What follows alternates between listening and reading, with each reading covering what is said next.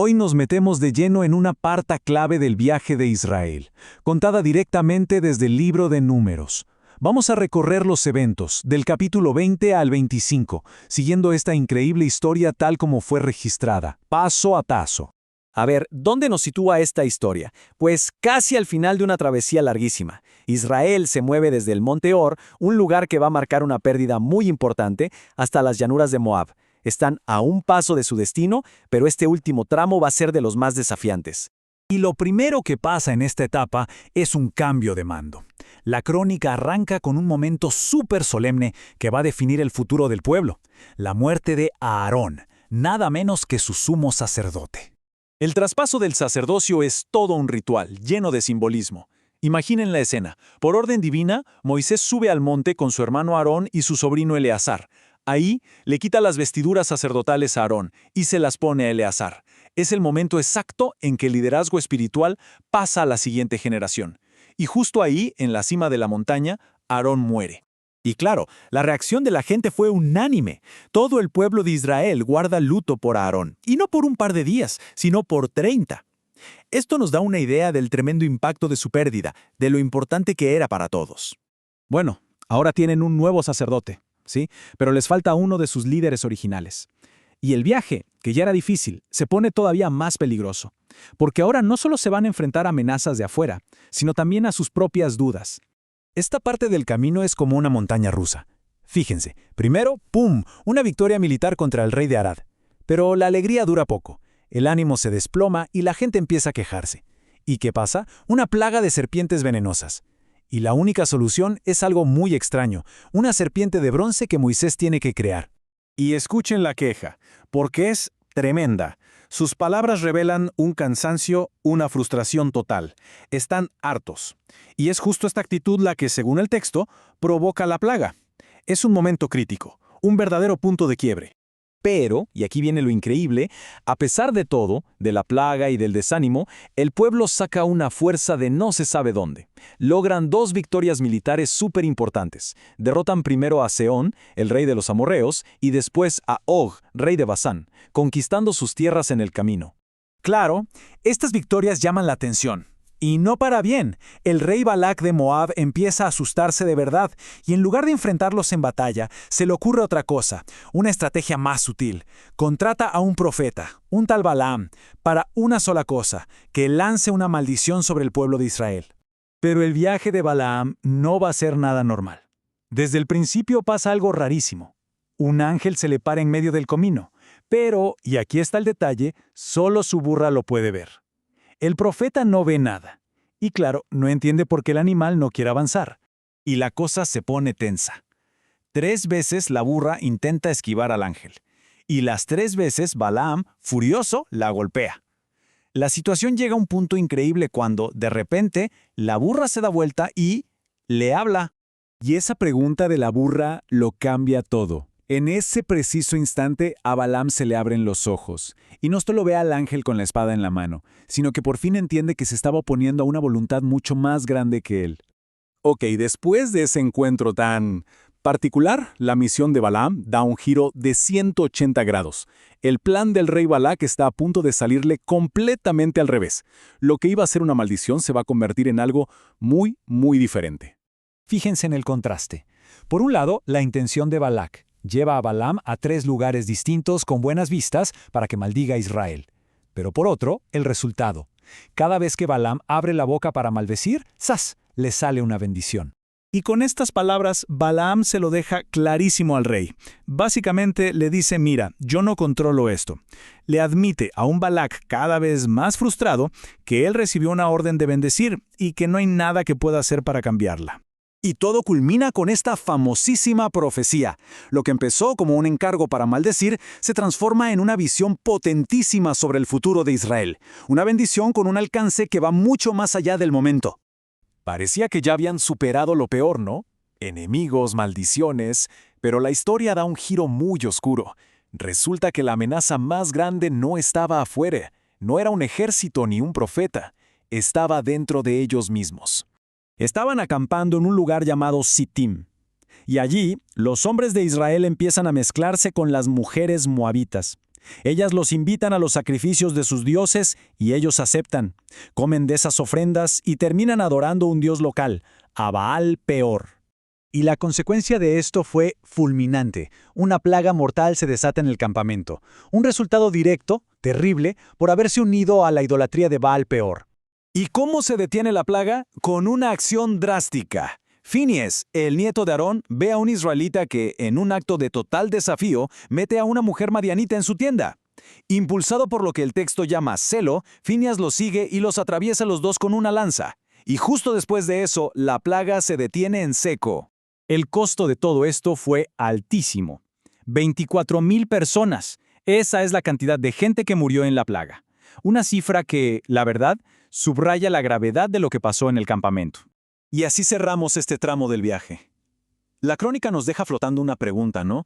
Después de haber sobrevivido a ejércitos, a profetas que querían maldecirlos, ¿cómo es que al final, el peligro más grande, el más letal, terminó surgiendo desde adentro del propio campamento? Pentateuco en panorama nos lleva a nosotros a esta porción de Números del capítulo 20 al 25, donde suceden una serie de cosas que parece una montaña rusa, ¿no? Como vimos allí, victoria, muere un líder y eso parece que va a traer problemas, pero luego vienen victorias, luego serpientes, murmuración, un castigo, el pueblo reacciona. Lo interesante de todo lo que vamos a ver es cómo el pueblo está a punto de alcanzar una meta, ¿no? Porque aquí esta parte comienza con la muerte de Aarón y vamos según lo que nos dice otro pasaje en el Pentateuco, cuando Aarón, en el capítulo 33, nos dice que Aarón murió allí a los 40 años de la salida de los hijos de Israel de la tierra de Egipto. O sea, ya había pasado toda esta generación y estaban a punto de llegar, ¿no? Y ahora estaba esta nueva generación, y uno esperara que ahora esta nueva generación fuera diferente. Y viene todo este cambio, y cuando a veces nosotros estamos ahí a punto de alcanzar una meta, a punto de lograr algo, ya sea espiritual, de la manera que sea, cuando surgen obstáculos inesperados, o perdemos personas como Aarón claves, ¿cómo reaccionamos ante esa circunstancia? Y esta historia nos relata cómo reaccionó el pueblo de Israel, que nosotros lo miramos con desdén muchas veces, pero no es muy diferente a nosotros mismos. Y Pablo lo dice en Corintios, cuando comienza a repasar precisamente todo este relato, y dice, todo eso es para enseñanza nuestra, porque muy diferente es que este pueblo no somos. Entonces, poder aprender de todos los acontecimientos y cómo fue reaccionando el pueblo, para poder identificar que los mismos obstáculos que tuvieron ellos entonces son los que tenemos nosotros en el día de hoy. Las mismas reacciones que tuvieron ellos entonces son las que muchas veces tenemos nosotros en el día de hoy. Pero también en ese momento las mismas soluciones que tuvieron ellos, aunque en sombra de lo que había de venir, especialmente en esa imagen de la serpiente de bronce, ¿verdad? La misma solución para nosotros hoy es a lo que ilustraban muchas de estas soluciones. Entonces, poder aprender, porque vamos en un camino donde nos vamos encontrando con obstáculos, se van sucediendo situaciones en nuestra vida donde parten personas queridas, importantes en nuestra vida, o cuando vemos que un enemigo o algo no podemos derrotarlo, o a veces no logra derrotarnos a nosotros por medio de la fuerza, hay otro lugar donde puede hacer mucho daño y lo termina haciendo. Entonces, poder aprender de estos relatos que van entre la victoria pero terminan en la seducción. Y lo primero que vemos aquí es, como mencionaba el video, el cambio de guardia aquí, la muerte de Aarón, que llega a un punto final en su vida, y que es un punto que está registrado aquí en capítulo 20, verso 22, dice, partiendo de Cádiz, toda la congregación de los israelitas llegó al monte Hor, y el Señor habló a Moisés y a Aarón en el monte Hor, en la frontera de la tierra de Edom, y les dijo, Aarón será reunido su pueblo, pues no entrará a la tierra que yo he dado a los israelitas, porque ustedes se rebelaron contra mí. ¿Se acuerdan? Ese es el último evento que vimos la semana pasada. Y Moisés también. Moisés muere al final, después de dar toda esa predicación de Deuteronomio que veremos más adelante, pero aquí termina Aarón. Lo interesante es que hay muy poco registro de lo que pasó durante todos estos años, porque en Números 33, 38, si usted lo quiere anotar, dice, Aarón, ¿no?, murió allí a los 40 años de la salida de los hijos de Israel de Egipto. O sea, todo lo que sucedió después de, ¿se acuerdan? Los 12 espías, y el Señor dice, este pueblo va a vagar acá en el desierto. No tenemos mayor registro de eso. Y es muy poco, se comprimen solo 5 capítulos y medio, mientras que el año que se estuvo en el monte Sinaí son casi 50 capítulos para eso. Y esto, de alguna manera, para demostrar que estos años pareciera que no completaron nada, excepto la muerte de una generación incrédula. Y estos fueron años para sobrevivir en el desierto. De alguna manera, años malgastados, esperando a que esa generación muriera. Durante esos 38 años hubo movimiento, pero no necesariamente progreso. Y yo meditaba simplemente en este detalle, que como muchas veces nuestro caminar con Dios puede ser de la misma manera. Puede que tenga movimiento, pero no necesariamente un progreso. Y eso está determinado en que ellos estaban con el cuidado de Dios, pero no estaban en su voluntad. Porque el Señor les dijo, tomen la tierra, y ellos dijeron, no lo vamos a hacer como tú nos dices. ¿Se acuerda cuál fue el pecado? Incredulidad. No le creyeron que lo que Dios decía era cierto, era real, y debían confiar en eso. En que lo que Dios había determinado para ellos era lo mejor. Porque el plan y el marco que traza Dios siempre es lo mejor para nosotros.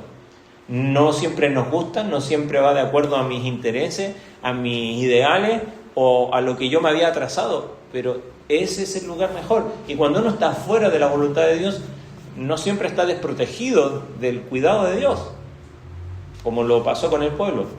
Pero estuvieron 38 años en movimiento, pero no en progreso. Es algo muy distinto. Así a veces pasa con personas, con creyentes, con iglesias que a veces pueden tener mucho tiempo, pero no necesariamente eso significa que haya progreso. El Señor nos ayude a examinar dónde estamos allí. Ahora, si nosotros seguimos la lectura, vemos que, como dijimos, después de esta muerte de Aarón, donde vemos cómo él muere a los 123 años en el monte Hor, Moisés transfiere esas vestiduras a Eleazar, el nieto de Aarón, y esto nos enseña algo, quizás que los hombres pasan, ¿no? Pero la obra y el ministerio del Señor continúa, y Él va a usar a otros.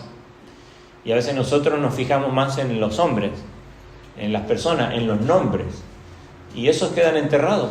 El único recuerdo que va a quedar son los que tuvieron contacto con ellos, y en algún día simplemente una lápida allí y el recuerdo, pero la obra del Señor continúa. Ahora, la nueva generación empieza a asumir esa responsabilidad sacerdotal.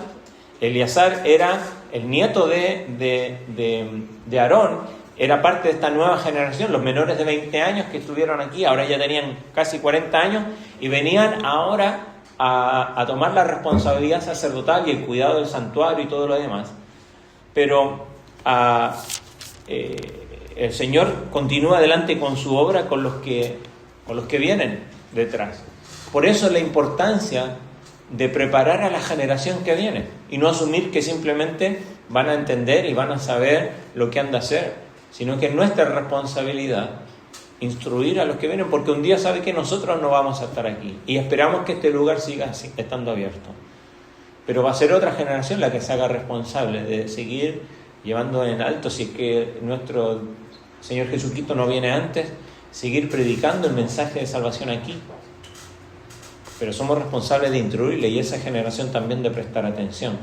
¿Por qué? ¿Qué es lo primero que pasa? ¿Qué es lo primero que vemos de cómo reacciona esta nueva generación? Capítulo 21, Israel experimenta el contraste entre la victoria militar y de alguna manera el desierto espiritual. Porque si uno va al capítulo 21, los primeros 3 versículos nos habla ahí de que se enfrentan, ¿qué dice su título allí? Al rey de Arad, ¿no? Que habitaba en el Negev, ahí al sur, cerca de Egipto, entre Egipto y Canaán.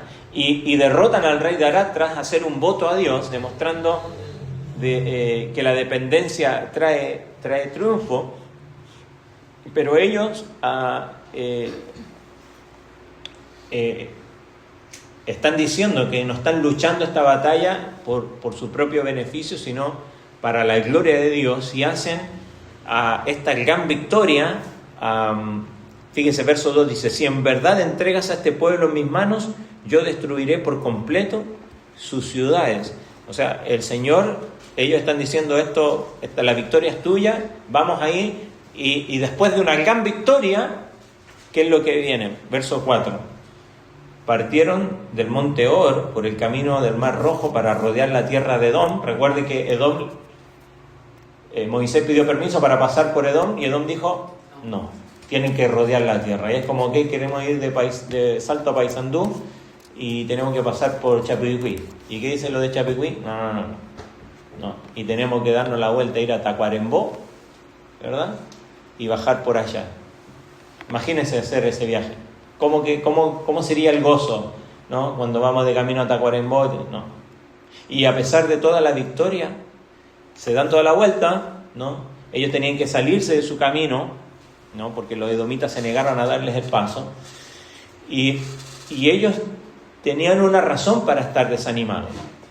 ¿Había alguna razón para estar desanimados? Sí, porque no podían hacer el camino que era más fácil que el que quizás tenían que hacer. Había una razón, pero no siempre cuando hay razón es una excusa para el desaliento. Porque ¿qué es lo que sucede? Fíjese, el pueblo se impacientó por causa del viaje. Y sí, si tenemos que dar toda esa vuelta, hay razón para impacientarse, ¿sí o no? Pero no es excusa para hacer lo que hizo. El pueblo, ¿qué hizo? Habló. Es interesante, todas las otras veces que nos dice que murmuró, dice que murmuraron contra Moisés. Pero acá, ¿qué es lo que añade? El pueblo habló contra Dios y Moisés. ¿Por qué nos ha sacado de Egipto para morir en el desierto? Pues no hay comida ni agua y detestamos este alimento tan miserable. Ahora, por eso es que dice allí que hablaron contra Dios, están despreciando lo que Dios les estaba dando. Y el Señor, ¿qué dice? Envió serpientes abrasadoras entre el pueblo y mordieron al pueblo, y fue mucha gente de Israel murió. Y uno diría, pero tan grave el castigo. Bueno, el Señor, ya no era la primera vez que el pueblo reaccionaba así. Tristemente, esta nueva generación, aunque tenían razón para estar desanimados, no tenían excusa para el desaliento, y ellos no tenían excusa para no confiar en Dios o para no buscar su victoria a pesar de todo. Tristemente, esta nueva generación sonaba igual que en la generación anterior. Y si ellos continuaban en estos pasos que sus padres, esta nueva generación no iba a ser capaz de entrar tampoco en la tierra prometida, de lo cual la primera generación fue privada. Entonces creo que lo que hace el Señor aquí es precisamente para eso, un castigo ejemplar para que pudieran comprender lo grave que fue, ¿no? Porque se estaban olvidando que lo mismo que hicieron sus padres estaban haciendo ellos ahora, y que fue la razón por la que no pudieron entrar en la tierra prometida. Y ellos estaban allí en la línea. En la generación anterior no había llegado tan cerca, ¿no? Y ellos ya se estaban acercando, vamos a decir, estaban ahí en las puertas, ¿no? Estaban en las barreras antes de entrar a la tierra prometida, y tienen la misma actitud que la generación anterior. Y aquí es donde el Señor envía estas serpientes que los muerden, como dice allí, y dan muerte. Ahora, el texto dice, verso 6, y mucha gente de Israel murió. Pero enseguida, verso 7 dice, entonces el pueblo vino a Moisés y dijo, y esta es la primera vez que cuando el pueblo se acerca hace esta declaración. Si usted se fija, y márquela por favor, dice, hemos pecado. Hemos pecado. Y yo creo que esto cambia todo, ¿no? Porque ellos dicen, hemos pecado, porque hemos hablado contra el Señor y contra ti. Intercede. ¿Se acuerda que vimos que todas las veces anteriores, cuando sucedía algo, el becerro de oro y un montón de otras cosas, el pueblo murmuró que quería carne, después que quería agua y un montón de cosas, y Moisés siempre intercede, ¿se acuerdan? Pero no siempre movido por la declaración del pueblo. Aquí esta nueva generación se dio cuenta de que estaban pecando igual que la generación de sus padres, pero tuvieron una actitud diferente. Ellos reconocieron su pecado. ¿Y sabe lo importante que es eso? Porque ellos cuando dijeron, hemos pecado, y Moisés hace lo mismo de siempre. Hemos pecado, dice verso 7, y vino Moisés contra ti, intercede con el Señor para que quite la serpiente de entre nosotros. Y Moisés intercedió por el pueblo. El Señor dijo a Moisés, hazte una serpiente abrasadora y ponla sobre un asta, y acontecerá que cuando todo el que sea mordido mire, vivirá. Y nosotros conocemos esta historia, ¿no?, de la serpiente de bronce. Como dijimos aquí, Dios provee una solución. ¿Y cuál era la solución?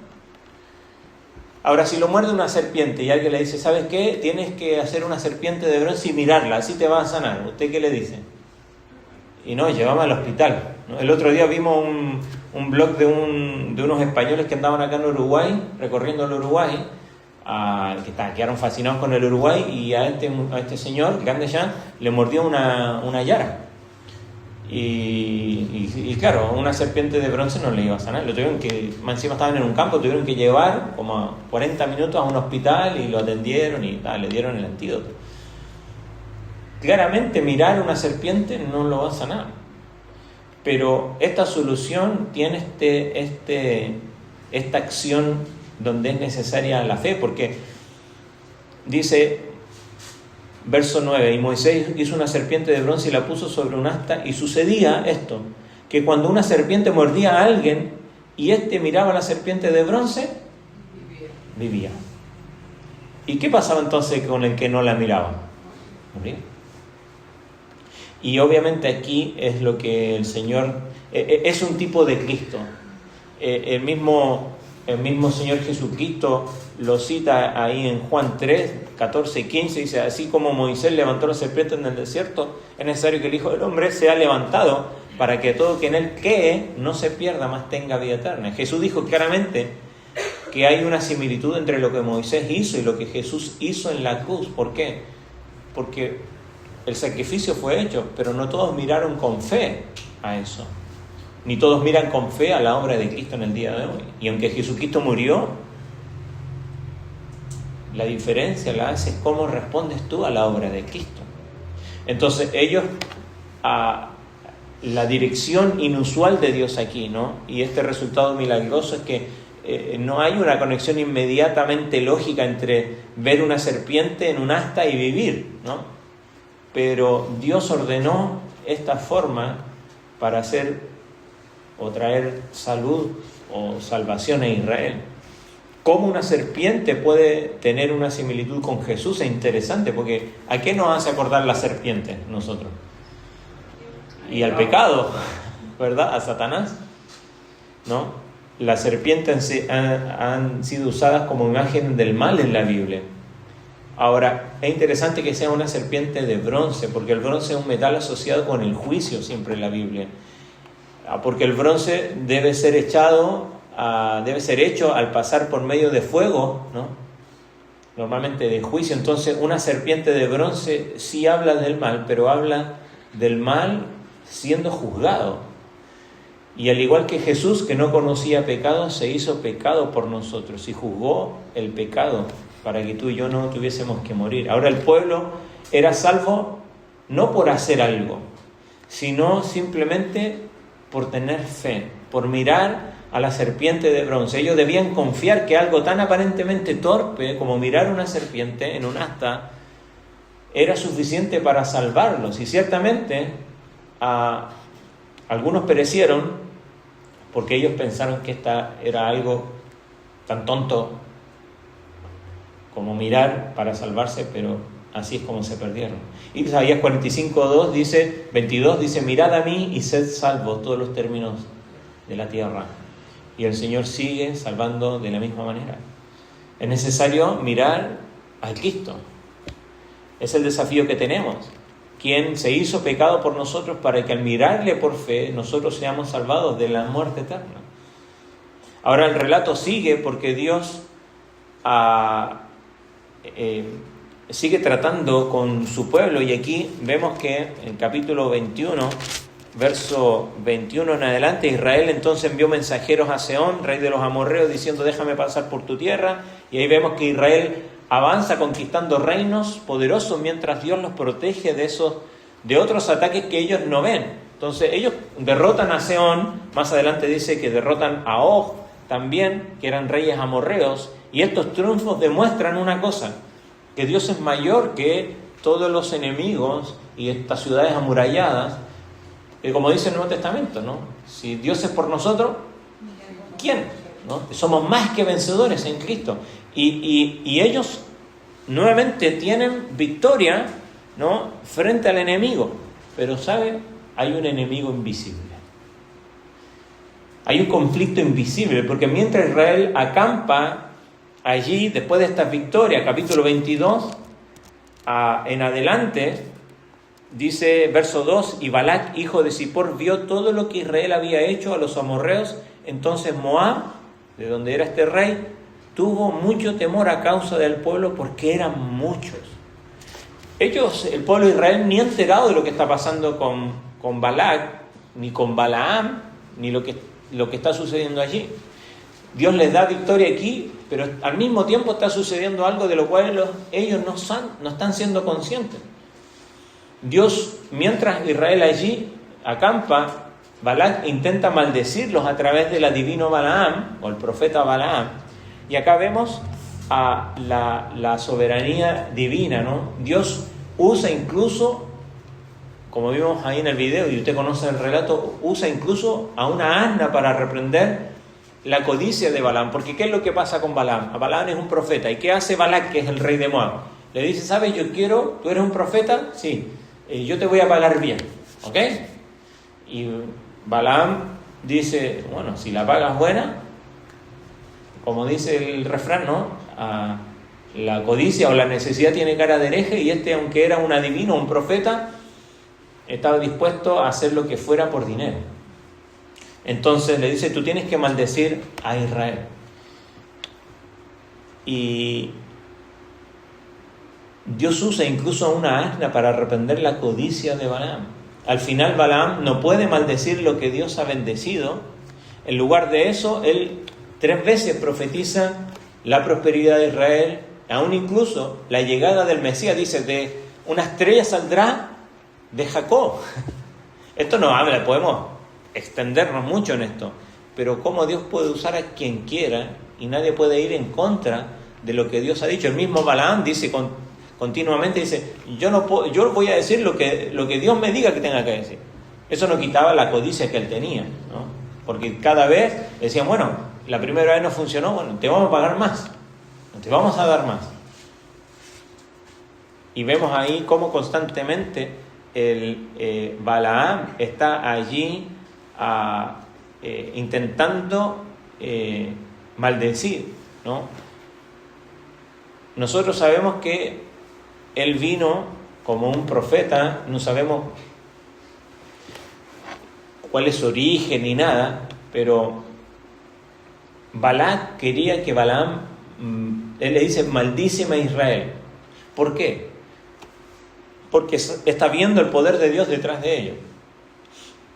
Entonces, lo que él quiere es que para paralizarlos espiritualmente, para que puedan ser derrotados, Balac parecía conocer que la fuerza de todo este pueblo no era solamente física, sino que estaba arraigado en su espiritualidad.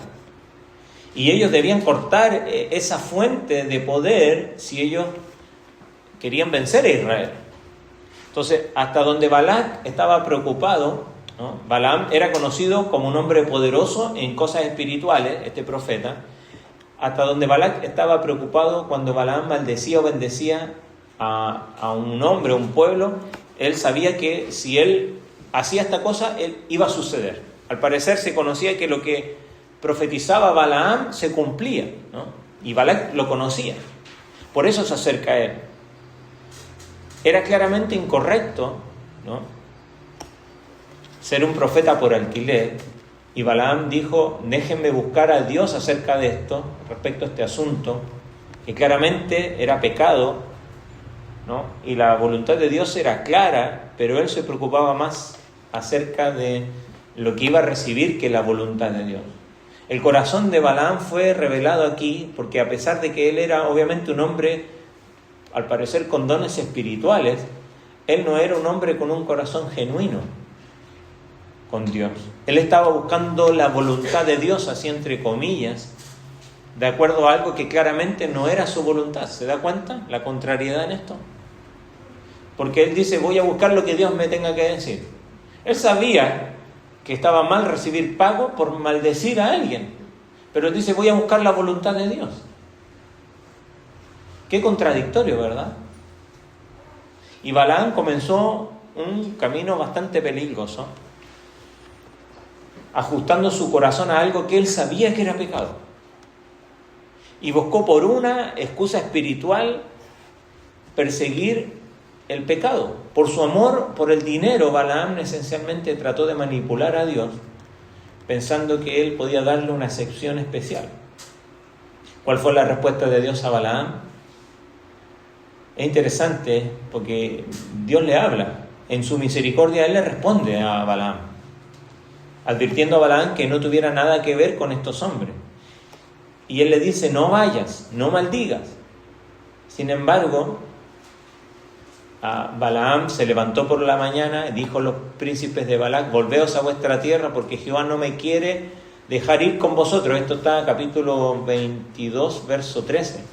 No me quiere dejar ir con vosotros.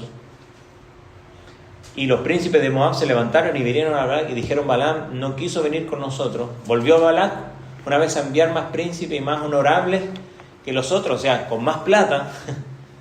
Y él dice, Jehová no quiere ir con nosotros. Esto lleva el sentido de que Balaam quería ir, pero Dios no quería que él fuera, ¿no?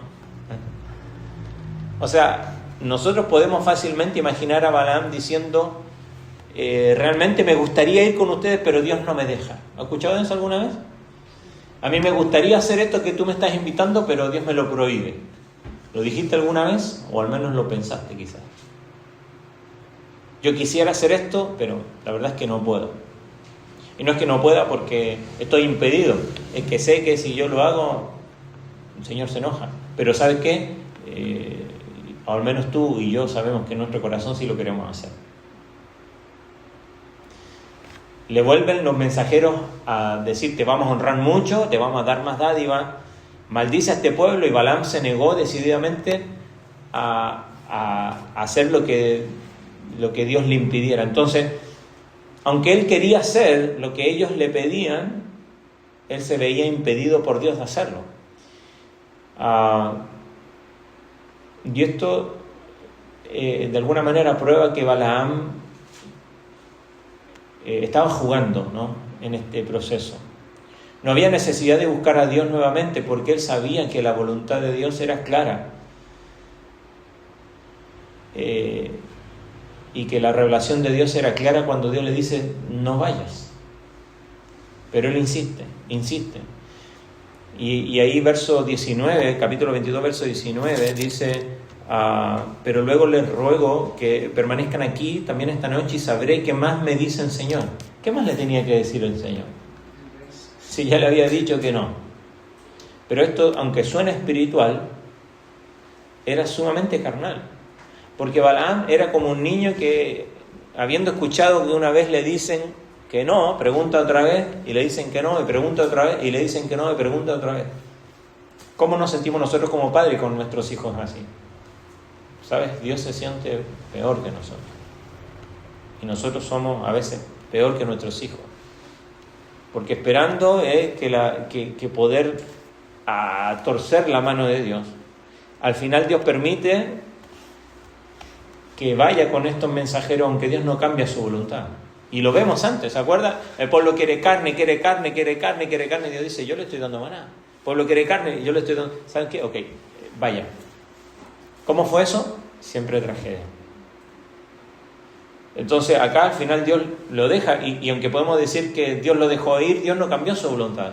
Él había claramente declarado su voluntad y Balaam la había rechazado constantemente. Pero Dios preparó a Balaam para el juicio, tanto para la prueba, para revelar la maldad de su corazón. Y ¿sabe qué? Sabemos en ocasiones que Dios dice no a nuestras oraciones, porque Él nos ama. Pero sabe que a veces Dios también dice sí, y no tiene que ver con una aprobación de su voluntad. Simplemente es que Dios dice sí a los deseos impíos de nuestro corazón para juzgar nuestro corazón, que es lo que hace con Balaam. Y obviamente Balaam sale, y aquí es donde vemos que el asna era más perceptiva espiritualmente que el profeta. ¿Se acuerdan la historia? El asna se iba para un lado, para otro, porque estaba percibiendo que algo malo sucedía y él le pegaba. Y sin duda, aunque él tenía muchos dones espirituales, pero tenía un corazón desobediente. El asna es una imagen perfecta de algo simple, nada espectacular. No dice que era un gran corcel, pero era sensible a la dirección de Dios. Y las circunstancias que suceden acá en este viaje de Balaam nos muestran la importancia de mantenernos a nosotros sensibles de lo que Dios está haciendo y está diciendo. No conocemos cómo va a ser el actuar de Dios, por supuesto no va a ser hablar a un asna, espero que no lo haga, al menos no para que usted reaccione. Pero ciertamente en su capacidad de creador Él puede hacer lo que sea. Ahora, fíjese, verso 28 de capítulo 22. Entonces el Señor abrió la boca del asna, la cual dijo a Balaam: ¿qué te he hecho yo que me has golpeado estas 3 veces? Y lo más irracional sucede en el verso 29. Y Balaam respondió al asna: porque te has burlado de mí. O sea, él le habla a un asna y él, en vez de sorprenderse y enojarse, se pone a conversar con ella. El pecado normalmente reacciona así. Cuando estamos en pecado, es tan irracional nuestras reacciones, porque él estaba enojadísimo que él respondió sin preguntarse por qué esta asna está hablando. No parecía impresionado, sino que se pone a conversar con ella. Lo que sí sabemos es que el ángel del Señor reprendió a Balaam por su mal trato con el asna, pero especialmente porque el camino de Balaam era perverso, era equivocado, y era exactamente el problema de Balaam. Balaam parecía indeciso en cuanto a si él realmente estaba desagradando a Dios o no, porque él preguntó: si te parece mal. Dios hizo clara su voluntad a Balaam muchas veces, y a veces hacemos la misma actitud que Balaam: Señor, ¿te parece mal que yo haga esto? Pero tú abres la Biblia y sabes que es pecado. ¿Te parece mal que tenga esta relación? Pero si la Biblia te dice que es pecado. ¿Te parece mal que haga esto en mi intimidad? Si la Biblia te dice que es pecado, ¿por qué preguntas? Sin embargo, Balaam aún quería alguna respuesta de Dios. Y eso sí, evidente que él no quería lo que Dios había claramente revelado anteriormente. Él quería llevar adelante su deseo. En el caso de él, por codiciar el dinero. Pero trasládalo a ¿cuál es tu lucha? Si tomamos los pecados capitales, el pecado de Balaam era la codicia. Pero puede ser la gula, puede ser la lujuria, puede ser el orgullo, puede ser la ira, y puede justificar cualquiera de estos pecados de la misma manera que Balaam lo intentó hacer. Señor, ¿está bien? Si la Biblia ya te dijo que no, ¿por qué insistes? La raíz del pecado de Balaam, como lo dice Judas 1:11, Judas 1:11 dice: hay de ellos porque han seguido el camino de Caín y por ganar dinero se lanzaron al error de Balaam y perecieron en la rebelión de Coré.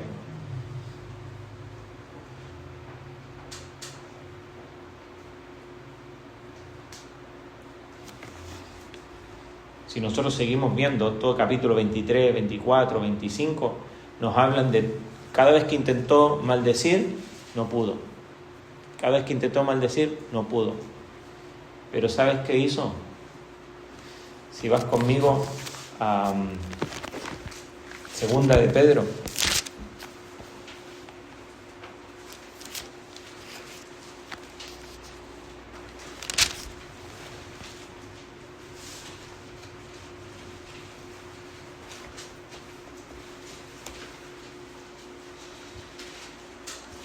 Dos 15. Vamos terminando con esto. Segunda de Pedro 2:15. Aquí está. Abandonando el camino recto, se han extraviado siguiendo el camino de Balaam, el hijo de Beor, quien amó el pago de la iniquidad, pero fue reprendido por su transgresión, pues una muda bestia de carga, hablando con voz humana, reprimió la locura del profeta. Un pasaje más, Apocalipsis 2, cuando el ángel está escribiendo cartas a la iglesia, en el capítulo 2, verso 14, donde escribe a la iglesia de Pérgamo, le dice: pero tengo unas pocas cosas contra ti. ¿Qué pasaba en esta iglesia? Que tienes ahí a los que mantienen la doctrina de Balaam. Nosotros sabemos que Balaam amaba el dinero, ¿verdad? Y que fue movido por eso, intentó hacer su voluntad, aún disfrazándolo de intentar hacer la voluntad de Dios. Pero como intentó maldecir, no pudo, y 3 veces en vez de maldecir, lo que hizo fue bendecir a Israel, ¿no? Pero como no podía maldecirle, hizo algo que sí trajo daño. Dice: porque tengo contra ti unas pocas cosas, porque tienes ahí a los que mantienen la doctrina de Balaam, que enseñaba a Balac. Como no pudo maldecir, pero sí le enseñó a poner tropiezo ante los israelitas, a comer cosas sacrificadas a los ídolos y cometer actos de inmoralidad. Y esto es lo que nos muestra la historia. Dios bendice a pesar de los enemigos. El pueblo de Israel pudo vencer a estos pueblos, y todo esto que sucede con Balaam, Israel ni se entera. Israel no está ni enterado que Balac y Balaam intentan maldecirle. Y Dios está allí en su soberanía. En vez de todo esto, no sucede nada. Pero lo que el enemigo no logró con maldiciones, lo hizo con la tentación carnal. Y el texto en el capítulo 25, y como lo vimos en el video, dice que habitaba, capítulo 25, en Sittim el pueblo comenzó a prostituirse con las hijas de, ¿dónde? De Moab. ¿De dónde era Balac? Bueno, el rey de Moab. Como no pudieron maldecirle, ¿sabe qué hicieron? Lo tentaron. ¿La culpa es de Balac? No. Pero es tan importante prestar atención, porque el enemigo quiere hacer daño continuamente y quiere maldecir, pero ¿sabe qué? Nosotros somos más que vencedores en Cristo Jesús. Nadie puede contra la iglesia de Cristo. Amén. Pero ¿sabe qué hace el enemigo? Sabe dónde puede hacer daño. ¿Cuántos dice ahí? Dice el número: 24.000 murieron. Y la estrategia del error, a sugerencia de Balaam, ¿qué hizo Balac? Las mujeres moabitas empezaron a seducir a los israelitas, y con eso a la idolatría, y con la idolatría a la inmoralidad, y con la inmoralidad a las consecuencias del pecado, la muerte. 24.000 murieron por esa plaga. El pecado interno vino a ser más peligroso que cualquier ejército que quisiera derrotar a Israel. Vemos aquí que termina Fines, el nieto de Aarón, detiene la plaga mediante un acto de justicia, que cuando uno ve el texto, al parecer o estaban en una tienda teniendo relaciones inmorales, o estaban, al parecer, algunos comentaristas ahí frente a todo el pueblo. Porque esto era lo que pasaba. Lo hemos visto antes, cómo era la adoración a Baal. Era abierta en disolución, en prostitución y en inmoralidad sexual. Abierta, todo el mundo la veía. Tal como sucedía en Corinto. Y hoy vivimos en un mundo así. Basta con agarrar el teléfono y que te aparezca cualquier cosa allí. Hoy día el mayor daño que hace en la mente de los niños es la pornografía y en los adolescentes. Y lo que tiene más amarrado a los hombres y mujeres también, precisamente por las redes sociales, es lo de mayor consumo. Cuando uno ve los datos que se entregan, es lo que más se consume en Internet. Y uno dice, ¿cómo puede ser posible? Es que, ¿sabes qué? El daño no viene de afuera, no está ahí en la calle, no está en la boca ahí en la esquina, lo tienes en la casa, lo tienes en la mano, lo tienes frente a tu cara todo el tiempo. Por eso es tan importante nosotros prestar atención, porque lo que no pudieron hacer grandes ejércitos, y Satanás es astuto. No crea, no fue de casualidad. Usted sabe que todas las redes sociales no fue una ayuda. ¿Por qué son gratis?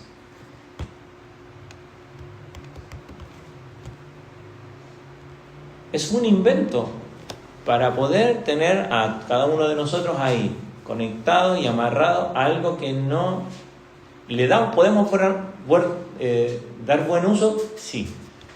Pero déjeme decirle que al fin, y cuando uno ve los datos que se entregan del daño que hace, es complicado. Cuidar la santidad en medio del éxito es importante. ¿Tuvieron éxito? Sí. ¿Tuvieron victoria? Sí. Pero, ¿sabe? El problema no eran los grandes, eran las pequeñas cosas, lo que estaba minando por debajo. Y nosotros podemos tener grandes éxitos en nuestra vida espiritual, ser líderes espirituales, por estar siendo minados por abajo. Y eso es más peligroso. Israel venció reyes poderosos, pero cayó ante la seducción. ¿Se da cuenta? Y nosotros como iglesia debemos recordar que nuestra mayor lucha, como dice Efesios 6, no es contra sangre y carne, sino contra huestes espirituales de maldad. El pecado está cediendo todo el tiempo, no da tregua, no da descanso, y te va a querer seducir a pecar una y otra vez. Allí en tu intimidad, donde nadie te ve, allí es donde te va a hacer daño. Pero ¿sabe qué? Al igual que en el desierto, mirar a Cristo sigue siendo la sanidad para nosotros. La fe no es una creencia ilógica, sino es una mirada del alma hacia un Dios que salva, y lo sigue haciendo por medio de Cristo. Y si estás siendo dañado, puedes mirar a Cristo, que en Él hay sanidad. Pero no hagas como Balaam, que intenta negociar la voluntad de Dios. A veces buscamos que Dios cambie de opinión para satisfacer nuestra codicia, en el caso de Balaam, o para satisfacer nuestra lujuria, para satisfacer mi ira, para satisfacer mi gula, o para satisfacer mi orgullo, o para satisfacer cualquiera de las luchas que tú tienes en tu corazón. Intentamos negociar con Dios. Y el camino de Balaam es usar precisamente la religión para un beneficio personal. Y quizás tú te quieres mostrar muy santo, o yo, pero al final hacemos esto, pero no lo queremos hacer porque lo que queremos es otra cosa. Cuidado de estar negociando con Dios. Dios está bendiciendo a su pueblo, protegiendo a su pueblo, incluso cuando éste ni siquiera se entera. Y nosotros debemos de confiar en el cuidado de Dios en todo tiempo.